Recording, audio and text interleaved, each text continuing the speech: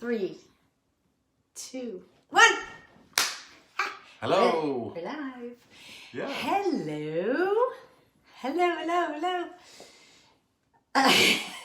Okay, I'm being silly. That's okay. It's Friday. I can be silly, right? You can be silly. Okay. Yeah. All right. Yeah. So we are excited that you're here and that we're here. Right. And we've had actually quite a few members join in the last little bit.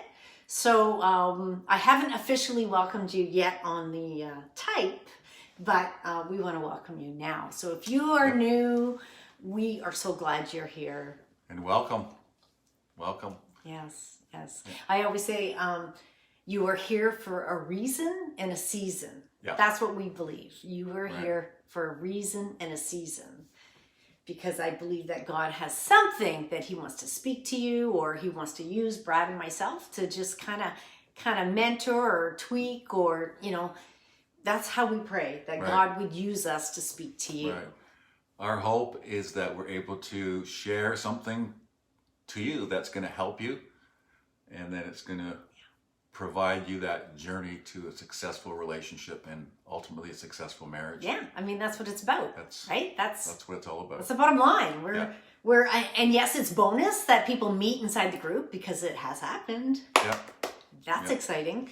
But it's about really kind of preparing. We say prepare, plan, and position. So, and we don't take Right. this call lightly. We don't. Mm-hmm. So we get many messages and questions from you guys, and so in behind the scenes we're working hard answering all your questions. And so keep them coming. We love it. We absolutely love it, because we know that is what God has asked us to do. Right. Yeah. I mean, if we accidentally bypass you or don't answer a question, please send it again. Yeah. We didn't do it purposefully. We answer every single question to the best of our knowledge. Yeah. But things slip by. They slip. Things happen. And it gets They busy. slip. So please resend it or draw us a note and say, hey, what's up? I haven't heard from you. We're good with that. Yeah. Yeah. It's so good. Yeah. It's so good. Yeah. Yeah. We just want to provide clarity, decision-making skills, and then most of all, action. Yeah. As you prepare, plan, and position. Yeah. This is not passive by any means. No. This is not a sit back, lazy river ride to happily ever after. No. Mm-hmm. This is, like I said, prepare, plan, and position. This is like roll up your sleeves, do your homework, get her done. Yeah. Because we believe when you're faithful with little, Mm-hmm. then God gives you much. So God wants to know that you are prepared before he sends you the right one. That's exactly what he told me when I was a single mom. He said, I couldn't give you anybody right now who would be suitable, because you're not suitable.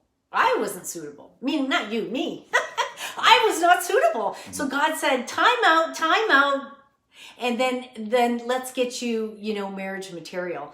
And thank God he did. I mean, I'm far from perfect, but I definitely need to get prepared to have a harmonious, marriage with unity and joy and peace. Sure. I mean, that's not a given. It's not. Yeah. Whether it's marriage or anything else, anything that's successful requires preparation. Yeah. Right? I mean, if you don't prepare for something, then the likelihood is you're not going to do well on it. Yeah. So works the same way here. We just want to help you position yourself to do that. Yeah. Yeah. That's good. So we just want to say hi. I see our friends are there. Yeah. And saying hi to each other. I think that is so cool. Yeah. I'm so pleased that you guys do that. Yeah. That's amazing. Yeah, we see more interaction, I think, these days. Yes. Within the Between each group. other. Yeah, within the group. And that's great. And it looks like everything is interacting well. Yeah. Yeah. Okay. But, Brenda has a cool sort of beginning here, right? Okay, well, let's start with your beginning. Okay, that was just a hello. We're going to start fresh. Okay. Right. So, here we go. We're starting fresh. Yeah. Okay. Ta-da. How What do you got? how many of us struggle? Let's be honest. Come on. Right. If you are saying, no, I don't struggle, then I have to question your transparency and your honesty, because I don't think there's a human being that does not have struggles, past, present. We all struggle, and we all currently have struggles to different degrees, to different seasons, different times. Yeah. But we all do. Yeah. And then we often find ourselves asking why. Why me? Is there a reason for this? Is there a purpose to this? Or maybe, sometimes we're so caught up in the turmoil perhaps of it that we don't even really question it. We just want to know a way out. Yeah. And, sometimes God has plans for that season before you're out of it. And typically it's to learn something, to gain some insights, some wisdom, something along that line. Yeah. Do you ever ask yourself, as a single, get more direct and more pinpointed, when is my healthy relationship going to come? Right? Yeah. I need something to encourage me, to allow me to know that there's a future spouse ahead. Yeah. Right. That's good. We all need encouragement. We all need hope. That's, when we see signs of encouragement, we often look at that as a form of hope, right? And we all want that, obviously. Yeah. And so many of you may be asking, when is it my turn? When is my healthy relationship, my potential purpose partner, gonna come into my life? Yeah. I've been waiting, Lord. Like I've been patient, and I've been doing what I think I need to do. Yeah. But maybe there's more. Maybe there's just that one thing that, I don't know, that one area that needs to be addressed or needs to be looked at. And that's one of the reasons why we're here, because oftentimes that is the reason. And so many times, not even in relationships, but in other areas, I know I'll find out a piece of information. I'm like, wow, that totally makes sense. Or that provides me now a different look or attitude towards something. Right. And I believe that applies to most areas, including our, the singleness life that you're currently living, and relating that to your future relationship. That's good. The past doesn't equal the future. Our mistakes isn't who we are, who we identify with, right? Yeah. And so that's something that we have to keep in mind, because if you're like any human being on earth, we failed, and we failed miserably in different areas, but that doesn't make who we are today. In fact, if anything, it probably makes us better today, because we know that the likelihood of making that same mistake that we did isn't going to happen again. Well, so we're maybe better for that. I don't know about that. I don't know about that. Maybe not you, Brad, but I've made in the past the same mistake over and over and over. So hopefully we're learning from past mistakes, but I was not one. Right. I did not learn. Right. And so that's where I was going next. Well, I did now. So that's where I was going next was cycles, right? Right. Sometimes we find ourselves in going around the same mountain, if you heard that expression, or continuous cycles, loops or cycles of repeating the same old habit. Not good habits. If they're good habits, keep repeating them. Yeah. But if they're not good habits, if they're negative habits, we don't want to keep repeating them over and over. Yeah. And there's often a reason for it. Sometimes we don't even realize it. And that's where it's great to have friends and confidants and people you can trust, who you've allowed them to, speak into your life. Yeah. And to get a help and assistance, right? Yeah. Because when you don't know it, how can you break it? How do you break a cycle that you don't know is happening? Yeah. You just know that, these relationships keep failing, and for some reason you end up with the same type of person. Yeah. For whatever reason, maybe that's good or bad, but oftentimes if it's a cycle, it's not a good thing, right? Yeah. And so identifying and learning to break that cycle is huge. Yeah, that is so good. I'm so proud of each and every one of you who are here with us now, and the ones watching the replay. But just recently, you know, we have some amazing smart students, and they send us questions because, Yeah. you know, they have that inkling, you know, something's not right, or, you know, sometimes they want to run it by Brad and myself just to kind of check. So good for you, because Yeah. you know who you are. There's actually quite a few of you Yeah. that run stuff by us and ask us questions, and because you don't want to keep doing the same cycle. Right. So I want to say good for you. Yeah. Congrats. You are a very, very smart student. So that's, Yeah. I just want to give a shout out to those who do that. Like Right. kind of, Well, it's not sitting right in their spirit, and they're like, okay, Mm-hmm. you know, I should check on this, and they do. Yeah. As a previous tradesman, I know when I had apprentices working under me, you could tell the ones who were savvy, you can tell the ones who really wanted to know, in one way, they Yeah. kept asking questions. Come on. They wanted to know. They wanted to know on. the ins and outs of something. And the way you know is by asking questions, right? They're not satisfied until Yeah. they have an answer. Yeah. And I think that is so huge. Yeah. Yeah. Because through answering or through getting questions answered, Yeah. you just learn a lot. You just, you know, the insights and the wisdom that you can gain from that. Yeah. Sometimes people assume that you know, right? And I know for me it was the same way, but often we don't. So ask questions. It's good. It's good. So that brings us to Bran and Okay. something that God laid upon her heart Yeah. recently Yeah. at some ridiculous hour. as I Oh remember. no, it wasn't. It was 5 a.m. Okay, so this That's a ridiculous hour. that's not ridiculous. Yeah. I think 5 a.m. is a good Right. time to get up. What time do you get up? Can you folks answer this Yeah. by typing in yes or no, is 5 a.m. a ridiculous hour? No, I got a better question. A better question. What time do you get up? Okay, this is Okay, this all is right, not my that's notes. better, that's but better. I want to know, what time do you wake up? Yeah. Okay. What time do you wake up? That's good. Yeah, come on. What time do you wake up in the morning? Type it in the chat. I want to Yeah. know, because I really do want to know. Mm-hmm. So when I'm on my game, when things are going good, I get up at 5 a.m. Okay,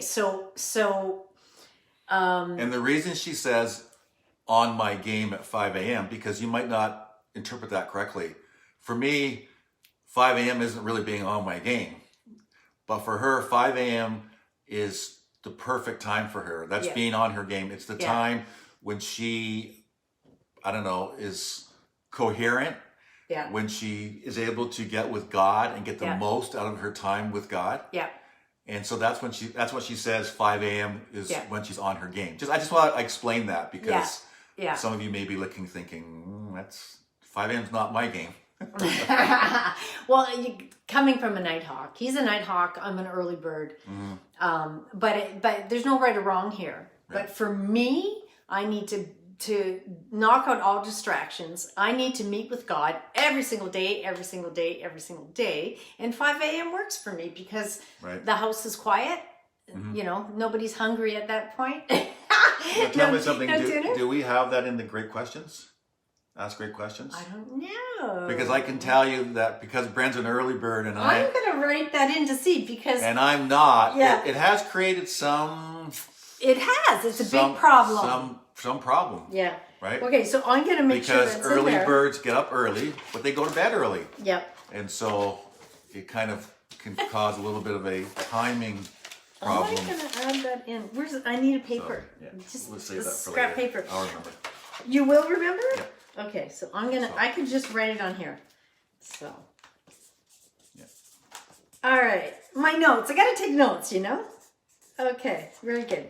Okay, so yeah, this is chock full of yummy questions. We got to get that in your hands if you don't have it already. Okay. Anyway,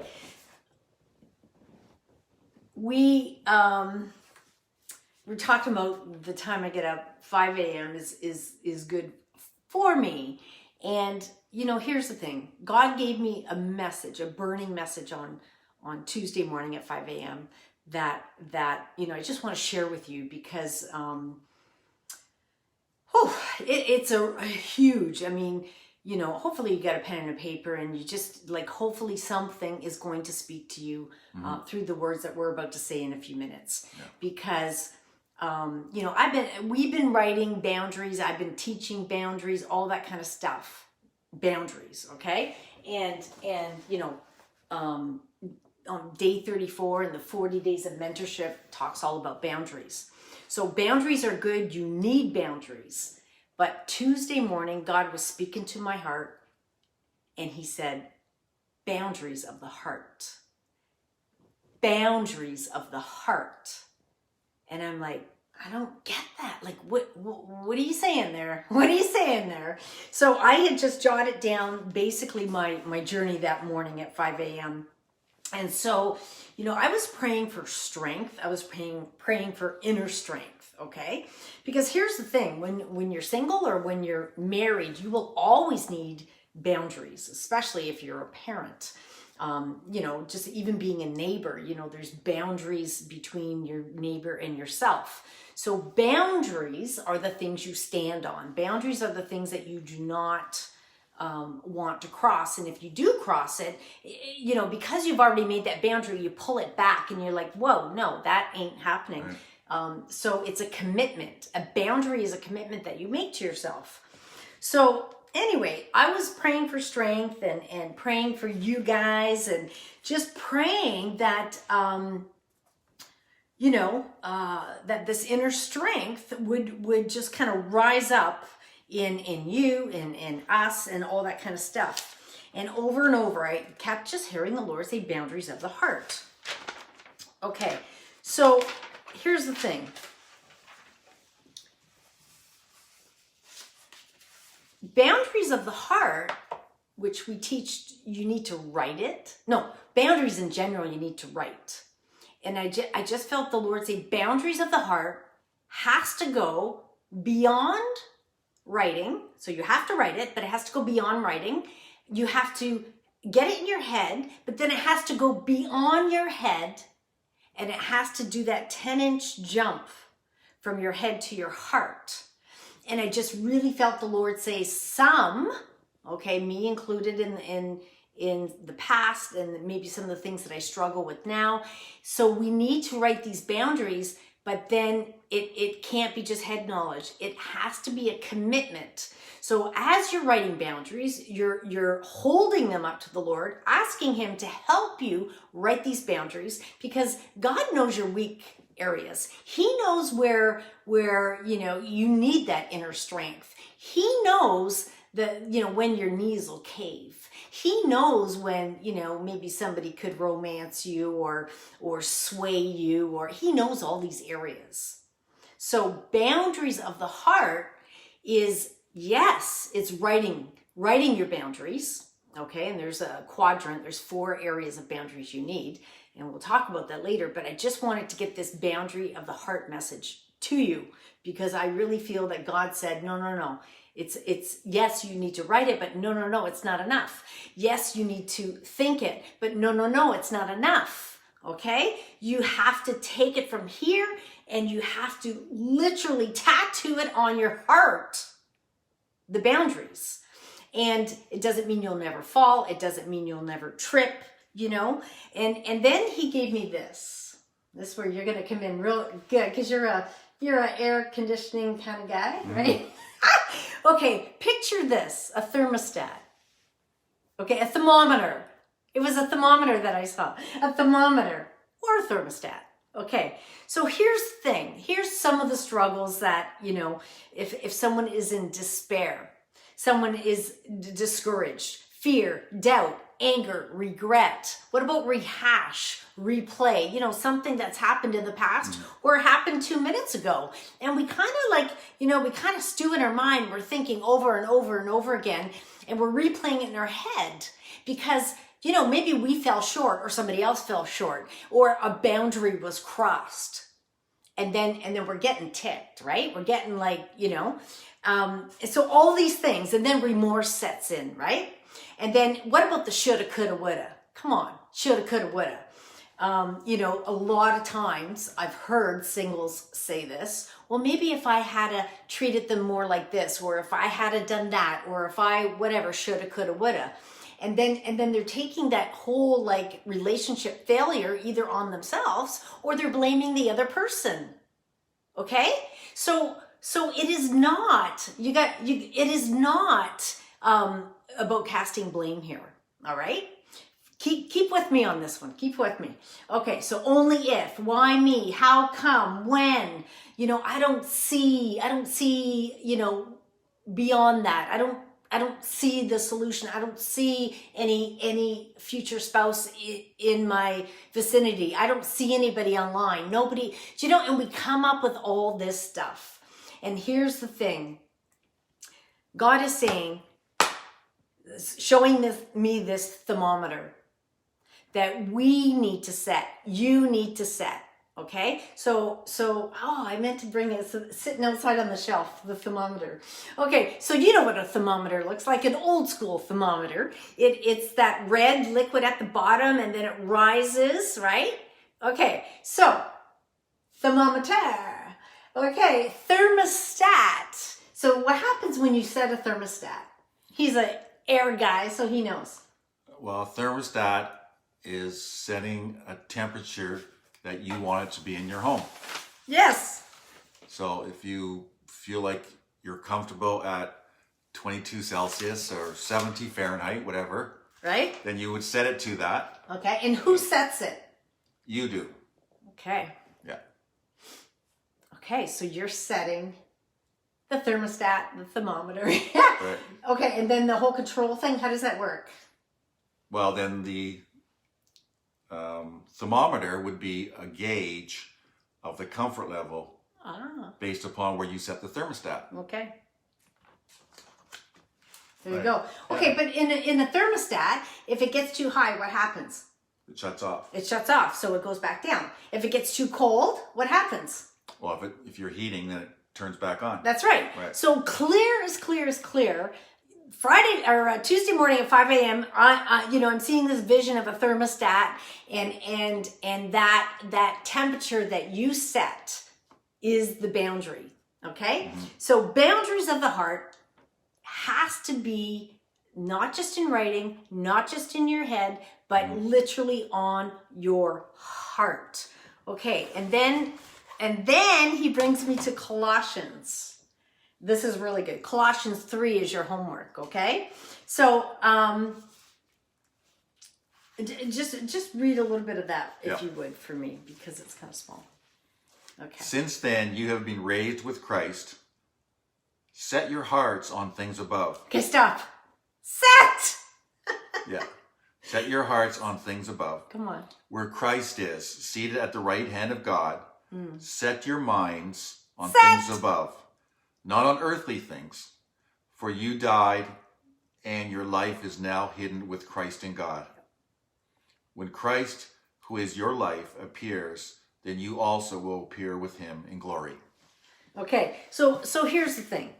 In Colossians 3, it talks about setting your heart, setting your mind, okay? And the thing is, right? It's you that has to set it. You have to set it. And I'm like, oh my gosh. You have to set your heart, the boundaries of your heart. And that 10-inch, okay? That 10-inch is the difference between success or failure. Because if you just have written boundaries, which absolutely you need, and if they're just like marbles rattling in your head, you're going to forget them, but they need to be basically tattooed on your heart. And then like that thermostat, you're either going to go, when you get out or get below your boundary, you're going to snap back just like the thermostat, and then that is, boom, the saving grace. So you can forgive yourself. In fact, I got like a ton of suggestions here for you. You can, I'm just knocking that down there.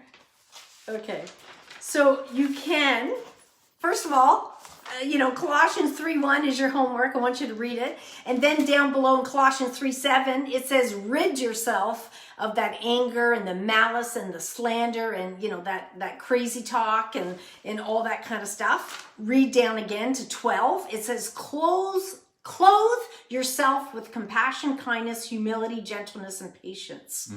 Unity. And here's the thing, you have to be kind to yourself. We do these things for others. You know, we need to be kind to others, but we're not kind to ourselves. And I believe that if we do not set boundaries, we are not being kind to ourselves at all in the least, okay? But every time the Bible talks about, you know, the heart, the mind, you know, clothe yourself, set your heart, set your mind, it's action on your part. It's action on your part. So you are going to write it. You're gonna pray, you're gonna think, you're gonna get it on paper, but then you're gonna hold it to the Lord, and you're gonna say, you know what, these boundaries that I have written, help me, like tattoo them on my heart so that I can have that strength to make that right decision. So I can have that strength not to keep repeating that cycle. Why did I keep gravitating to the wrong relationships? Because I didn't have it tattooed on my heart. It was like marbles rattling in my head. I don't even think that I even thought that I was making wrong decisions, wrong relationship decisions. Right. That's good. Often, like we were saying before, oftentimes these cycles that occur we're unaware of. Yeah. And so it's identifying them, I think, is, you know, key, right? Yeah. And then from there, being able to break them through a process like this. Yeah. That's good. It's good. So pondering the past, it can be dangerous if it's not harnessed. It can be emotional, but that's okay because you have to stay in control of your emotions. But here's the thing, it can be completely educational. You're going to learn lessons from it, and your mind is going to be illuminated. If you take all of this in prayer before the Lord, 5 a.m., then I'm telling you, he's going to speak to your heart and your mind, and then write those boundaries, get them tattooed on your heart, okay? So you have to acknowledge what boundaries you have, the ones you don't, and the ones you need, okay? And then through this process, there, you know, you're going to have to forgive yourself, because otherwise you're going to keep stewing and rehearsing and having that remorse and beating yourself up. It's good. Yeah. So you have to position yourself and protect yourself. You have to protect your heart. Prepare, scripture for that? Prepare, plan, and position. Yeah, right? But you have a scripture on the heart. I do. On On Proverbs 4:23. Yeah, that's a really good one. Yeah. It says here, pull it up. Proverbs 4:23 in the New Living Translation says, above all else, guard your heart, for it affects everything you do. Let me read that once more. Yeah. Above all else, guard your heart, for it affects everything you do.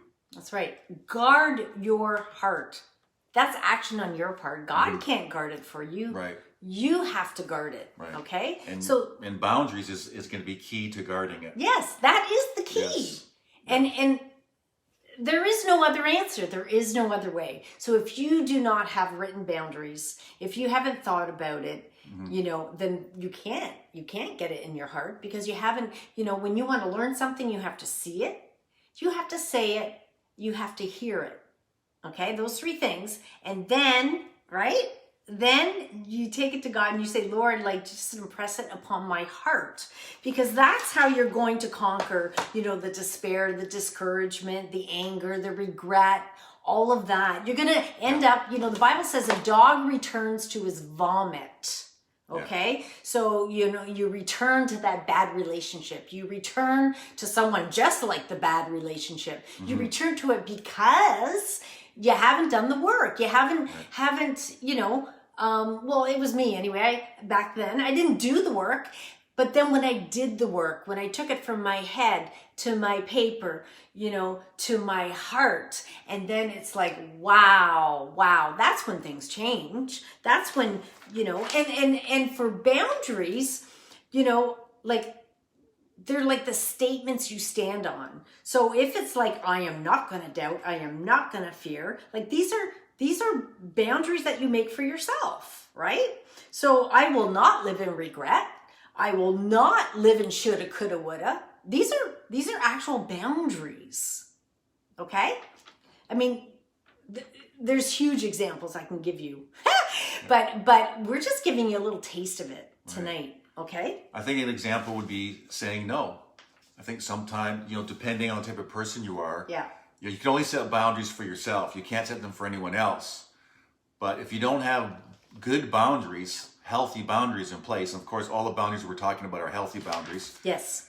Then you may find yourself, if you're that type of person, saying yes to things that you shouldn't be.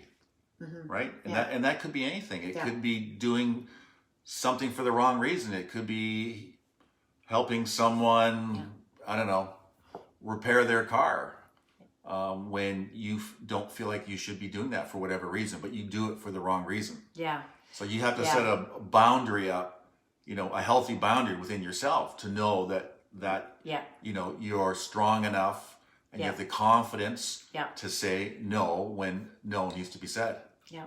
Boundaries are so huge because that was a good example, by the way, about the car. Because you have to have boundaries in every single area. When I was a single mom, I didn't want to pay, finances were ridiculously tight. Lived in a basement apartment. And so, boundaries can change, right? So I had a grocery budget, for the week. And that was like a boundary that I set, and I couldn't go above, or if I wanted to go above one week, I had to make sure that I skimped on the week before, So you can have boundaries in every single area.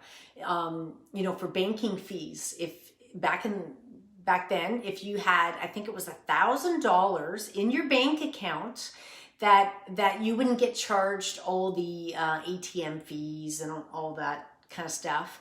And so that was like $1,000 boundary. So I would pretend, let's say there was $1,295. So I would look at that balance and I'd say, oh, I have, $195. Like I dropped the $1,000 because to me, it's a non-negotiable. I need to have more than $1,000 in my bank account. So that was a boundary that I set at that time. So there's 6 areas of life. And you need to set boundaries in all 6 areas. Okay. So we don't have time tonight to talk about every single area and about boundaries, but we do want to drop these seeds.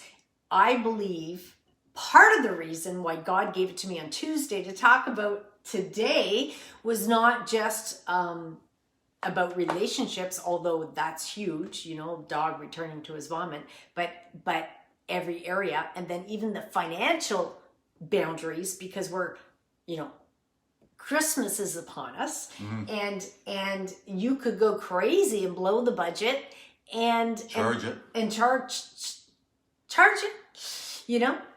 and then that's not, it's not good. It's not like, you need to gain the self-control. You need to make the boundaries and keep them. Okay, so we're gonna go in. Yeah, there's so many areas of boundaries, like you were saying, Brandon. Yeah. Whether it's financial or whatever it might be. Yeah. But emotional boundaries may be an example, even, right? That sometimes we can get ourselves into trouble with. Yeah. Yeah. If you've got healthy boundaries emotionally, you don't. You have a balance there on when you're communicating with someone. Yeah. If being able to negotiate and know how much information to give, and how much of your emotion, if you like, to hand over, right? As compared to someone who, if you don't have good boundaries, may open themselves up too early, and as they say, give their heart away, too early, and go on and on about your problems and your emotional, mental issues and whatever. Way too early in a relationship. Yeah, I call that verbal diarrhea. Verbal diarrhea. You can't spill the beans. You have to have a boundary, especially when you're starting to get to know someone. If it's a first date or you're online, you can't let it all hang out in the beginning. Right. You have to have a certain boundaries. Right. And I mean, we all know people who talk too much, right? They go on and on and on and on, and they seem like there's no boundary. On the other hand, you see people who are basically withdrawn, and you can't get a word out of them. They share nothing. They They don't want to communicate. They rarely communicate. And so those are two, I think, examples on one end of the spectrum and the other end of the spectrum. Yeah. Right. You have to find that balance. Yeah. So that you have boundaries that are healthy, and those boundaries are set upon yourself, no one else. Right. Yeah. You can't impose a boundary on someone else. Yeah. You can only have your own boundaries. Yeah. And Yeah. so Boundary is they're not going to yada yada. That's not a boundary. The Right. boundary is I'm not gonna yada yada yada. Right. Yeah. Right? Boundaries you set for yourself. Right. Yeah. That's good. good. We have boundaries, I believe, in Smart Single School, don't we? Oh yeah. Okay, Yeah. so we have boundaries in Smart Single School. We have the boundaries in the 40 Days of Mentorship, and we have boundaries in the No More Gaga. So there's lots of places for the boundaries that you can glean from. Plus, in January, when we do the goal setting, you know, we'll be touching on it then as well. So Sure. we just want to get this in your hands, and you know, God was like hugely impressing upon this on Tuesday to me about getting you guys like really immersed in boundaries. So not just, you know, on head rolling around your head or on your mind, and not just on paper, but really getting it into your heart. Right. And the only way you can do that is by starting on paper. Right. And then starting in every single area of life, having boundaries. You know, having boundaries for your diet, having boundaries, like Brad said, for your emotions, Right. having boundaries for every area. How many people know there's a difference between having something in your head and having it in your heart? Yeah. Right. Yeah. Having in your head could just be a thought. It could be something you read. Yeah. When it's in your heart, it's like a conviction. Exactly. Right? It becomes a part of who you are. Yes. It becomes naturally important, if you like. Yes. Right? And That's good. so if it's just in your head, Come it on. can leave your head Come on. as quickly as it came in, right? Come on. When it's in your heart and it's a conviction, now it's there to stay, and now it's there to make a difference in your life. Yeah. Yeah. That is like so good, so good, so good. So you really want to take this seriously, and boundaries is something you revisit all the time. Right. So if you've been doing boundaries and you've written them, you know, you got to revisit them like on a regular basis, because like I said, my budget, you know, when I was a single mom for groceries was different than maybe my budget today for groceries or for anything, you know what I mean? Yeah. And so boundaries, oh my gosh, there's so many examples. Like one of the boundaries I had and still have is my ears are not a receptacle for garbage. My ears are not a receptacle for garbage. So I don't listen to gossip. I don't listen to trash talk. I don't listen to all that junk on TV or X-rated movies or, you know, whatever, pornography or, you know, any of that kind of stuff. Those kind of boundaries I set long ago, and I kept them right to this day. Right to this day. Right. I have an issue with chick flicks. I really do. I didn't watch them when I was single, and I don't watch them now because it's a boundary that I set. Now, there's nothing wrong with chick flicks, but it kind of takes you down a road that's kind of sappy and sad. Well, depending on the chick flick, but it just wasn't healthy for me as a single mom. I didn't want to go there mentally. So boundaries are something that you set upon yourself. And so like Brenda was saying, I just wanted to give an example. She was talking about your ears aren't a receptacle for garbage. Yeah. Well, you don't have control over somebody spewing their garbage to you, but once they start spewing their garbage to you, if they were, you could simply say, oh, excuse me, I'm really not comfortable with this conversation. Right? Or you could just walk away. Yeah. Say, oh, excuse me. You don't even have to explain. Well, maybe it's gossip going on, whatever it might be. Yeah. Right? You could simply state that you're not comfortable with the person's words in a very polite way. Yeah. Right? And excuse yourself from that. Yeah. And the chances are that person is not going to spew on you again. But clearly, in a polite way, you haven't told them what to do. Yeah. But you have told them what you will accept. Yeah. Right? And your boundaries that you won't accept listening to gossip or verbal diarrhea that's coming out of someone else's mouth. Yeah. Right? Yeah. And so sometimes people ask, well, if the boundaries are for myself, what do I do about the other person? Right. Well, that's one way that you would address that. Yeah. Yeah. Yeah. And actions speak louder than words. Many a times back in the day when I was in retail and, all the co-workers and everybody were congregating and gossiping about this, that, and the other thing. And then I just continued to smile and walk away and started, to make sure that I was busy doing something else. So I didn't even say a word. Right. But, one time I remember a co-worker coming to me and she said, I noticed that when everybody's chatting and talking about this and that, she goes, you politely just kind of walk away with a smile. Right. Because, you don't have to walk away mad. Setting a boundary without saying a word. Yeah, I set a boundary without saying a word. Right. Okay? Yeah. So people respect that. they really do. Yeah. They really do. And more importantly, God respects that. Because you don't have to teach anyone a lesson. That's not. No, you're not trying to prove anyone you're better than anybody else. No, you're not trying to be on a high horse or nothing. It's just God has set you apart. Yeah. For a reason and a season, and God raises a standard. And like Brad says, it's a conviction. So I want to challenge you today. If you already have boundaries, I want you to revisit your boundaries. If you don't have boundaries, I want you to start writing boundaries. And we really want you to join us in January for the goal setting and all that kind of stuff.